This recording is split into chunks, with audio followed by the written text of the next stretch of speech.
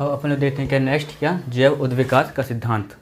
अब जैव उद्विकास के सिद्धांत करने का हम देखेंगे कौन कौन वैज्ञानिक थे, मतलब कौन कौन वैज्ञानिक थे जिसने अपने अपने सिद्धांत दिए, कौन कौन सिद्धांत दिए और उस सिद्धांत के अंतर्गत क्या क्या आते हैं अपन लोग ये देखेंगे।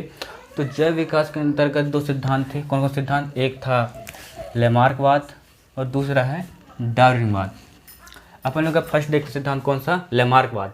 लेमार्कवाद के अंतर्गत हम लोग चलते हैं क्या क्या होता है। लेमार्कवाद देखते हैं अपन लोग।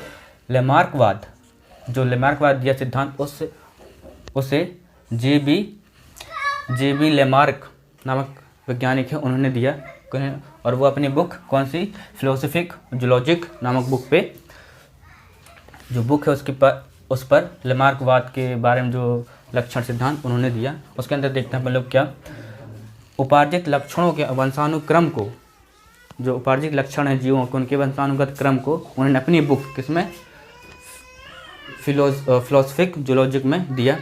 अब अपन लोग वंशानुगत क्रम जो कब दिया था उन्होंने सिद्धांत, 1808 में दिया था। तो इस सिद्धांत के अंतर्गत हम देखते हैं क्या होता है।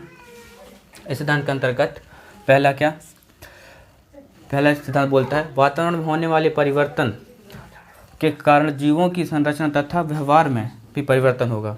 अब वातावरण परिवर्तन हो रहा है, वातावरण परिवर्तन होगा तो क्या जीवों के जो व्यवहार है, संरचना है, उस पर क्या होगी, परिवर्तन होगा। मतलब जीवों का आकार अलग, या फिर उनमें परिवर्तन होगा, गुणों में भी परिवर्तन होगा। अपन लोग सेकंड देखते हैं क्या, जब कोई जीव किसी अंग का अधिक प्रयोग करता है तो वह अंग में भी परिवर्तन होंगे।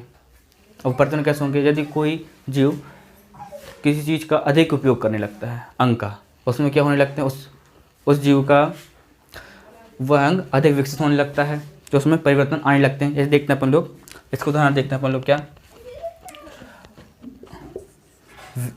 विज्ञान द्वारा माना जाता है जो जिराफ था उसका गर्दन प्रथम में क्या था, छोटा था। जब उस समय पेड़ पौधे के पत्ते, जो घास फूस है वो कम होने लगा तो उनको क्या आवश्यकता आने लगी कि वह जो पेड़ों के जो ऊपर रहते हैं पत्ते, उनको खाने के लिए अपने गर्दन ऊपर करने लगे। तो वही क्रिया करते करते उनका जब कुछ समय बाद, मतलब कुछ समय बोले तो बहुत सालों बाद, क्या हुआ, इनके गर्दन में क्या होने लगे, परिवर्तन होने लगे। तो इनका गर्दन क्या होने लगा, लंबा होने लगा। अभी देखते हैं जिराफ का गर्दन क्या होता है, सबसे लंबा होता है। वही उन्होंने अपने गर्दन का प्रयोग अधिक करने लगा। यहाँ भी बोला गया है कि किसी अंग का प्रयोग अधिक करने लगे तो वह अंग में परिवर्तन होता है। तो इसका गर्दन का क्या करने लगे, उन्होंने अधिक प्रयोग करने लगा कि पेड़ के अधिक से अधिक ऊंचाई तक जाके पत्तियाँ खा सकें। तो इनका गर्दन क्या होने लगा, लंबा होने लगा। ये उन्होंने बताया इन लेमार्कवाद के द्वितीय सिद्धांत में ये बताया। और तृतीय सिद्धांत क्या बोले इन्होंने, जब कोई अंग का प्रयोग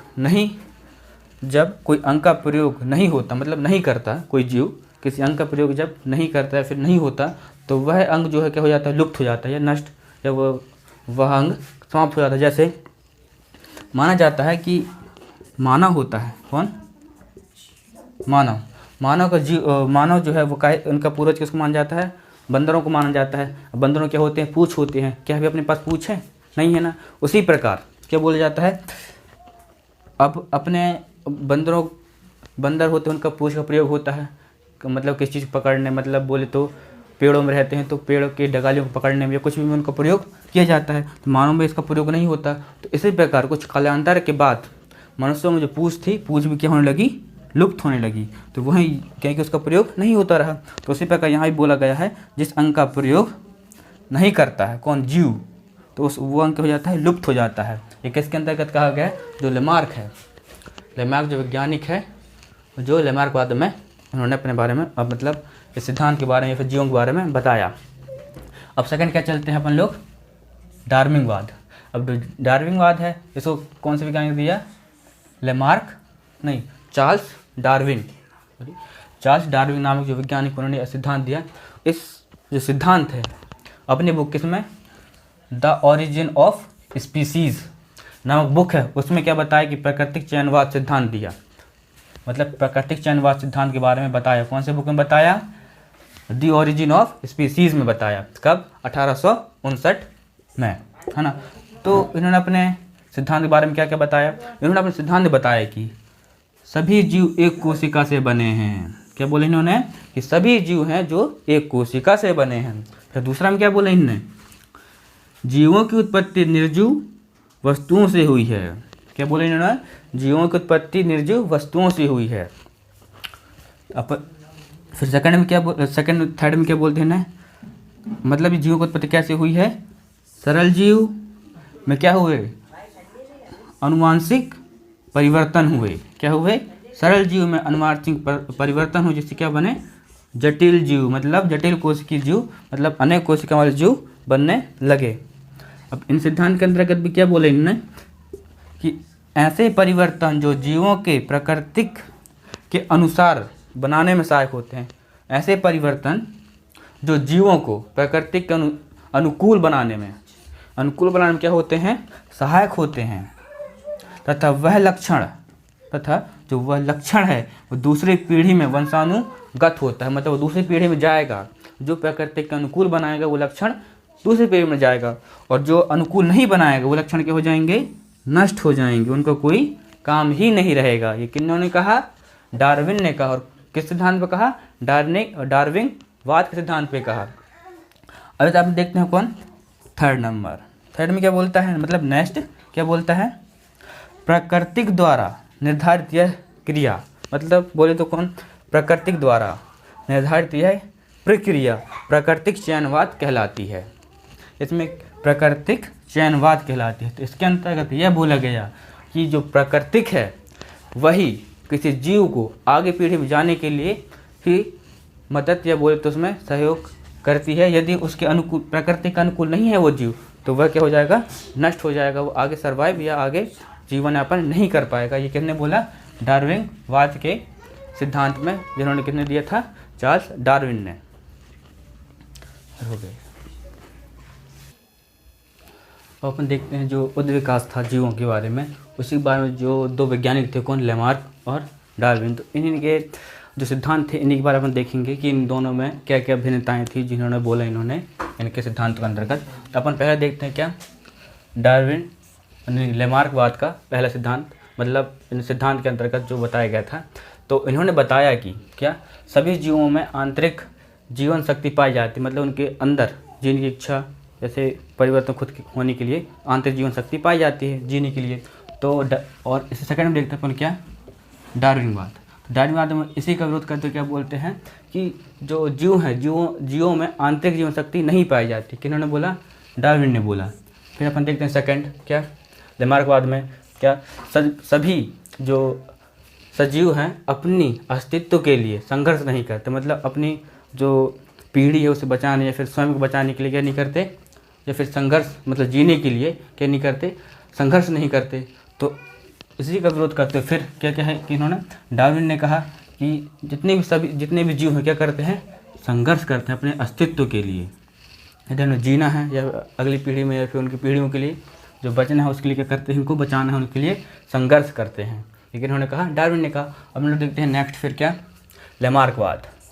लेमार्कवाद में क्या, थर्ड वाला नंबर क्या बोलते हैं, नई आवश्यकताओं तथा इच्छाएं जीवों की संरचना एवं व्यवहार में क्या करती, परिवर्तन करती। मतलब जीवों की जो इच्छाएं हुई, आवश्यकताएं हुई, किसी से आवश्यकता है जीवों को, तो अपने आकार या व्यवहार में परिवर्तन कर सकते हैं। लेकिन उन्होंने कहा, लेमार्क ने कहा। फिर इसी का विरोध करते फिर क्या बोले डार्विन ने 30 नंबर पे, प्राकृतिक चयन जीवों के अनुसार नहीं होती। जो डार्विन ने क्या दिया था, प्राकृतिक चयनवाद, तो उसी में क्या बोलता है कि जीवों के अनुसार क्या नहीं होती, प्राकृतिक चयन जीवों के अनुसार नहीं होती। मतलब प्राकृतिक जीवों के अनुसार प्राकृतिक चयन नहीं कर, मतलब प्राकृतिक चयन नहीं करता। ये कौन बोला, डार्विन ने बोला। अपन देखते हैं 4th नंबर कौन सा, लेमार्कवाद का। क्या बोलता है लेमार्कवाद में, किसी अंग का अधिक उपयोग करने से वह अंग में परिवर्तन होते हैं, परिवर्तन विकास होगा उस अंग में। ये किसने बोला, लेमार्क ने। और इसमें सेकंड क्या बोलते हैं फिर, यदि किसी अंग का प्रयोग नहीं किया जाता तो वह अंग क्या हो जाता है, नष्ट हो जाता है या फिर अल्पविकसित हो जाता है। जैसे भी अपन उदाहरण लिए थे पूंछ का, मानव, जो बंदर और मानव का उदाहरण लिए थे, वैसे ही नष्ट हो जाता है या फिर अल्पविकसित होता है। तो इसी का विरोध करते फिर क्या बोला इन्होंने, किसने, डार्विन ने, किसी अंग का विकास व ह्रास, मतलब ह्रास बोलते हैं नष्ट या अल्पविकसित, है ना, उसमें होने वाले परिवर्तन रूपांतरों का कारण होता है। मतलब उसमें होने वाले परिवर्तन, मतलब जो जीवों में होंगे परिवर्तन, उसके कारण क्या होता है, जो किसी चीज़ का ह्रास या फिर विकास होगा जीवों के अंदर। फिर से अपन लोग नेक्स्ट आते हैं क्या, 5वें नंबर लेमार्क में क्या बोलता है,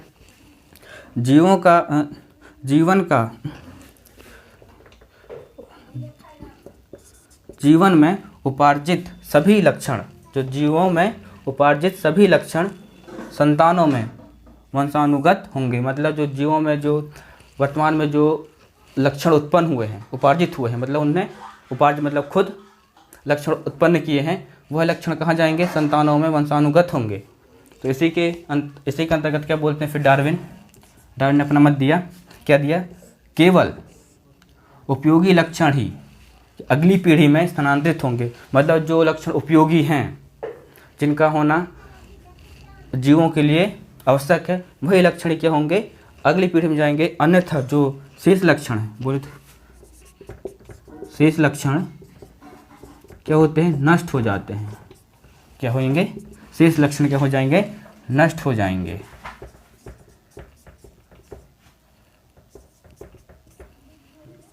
नष्ट हो जाएंगे, किन्होंने कहा, डार्विन ने कहा। तो अपन लोग लेमार्क और डार्विनवाद के जो सिद्धांत थे, इनके जो अंतर रहे, जो उन्होंने अपने अपने सिद्धांत में अपना अपना मत दिया, उसी के अंतर्गत हमने देखा लेमार्क और डार्विनवाद के अंतर, उन सिद्धांतों में क्या क्या अंतर पाए गए और किन ने कैसा रहा।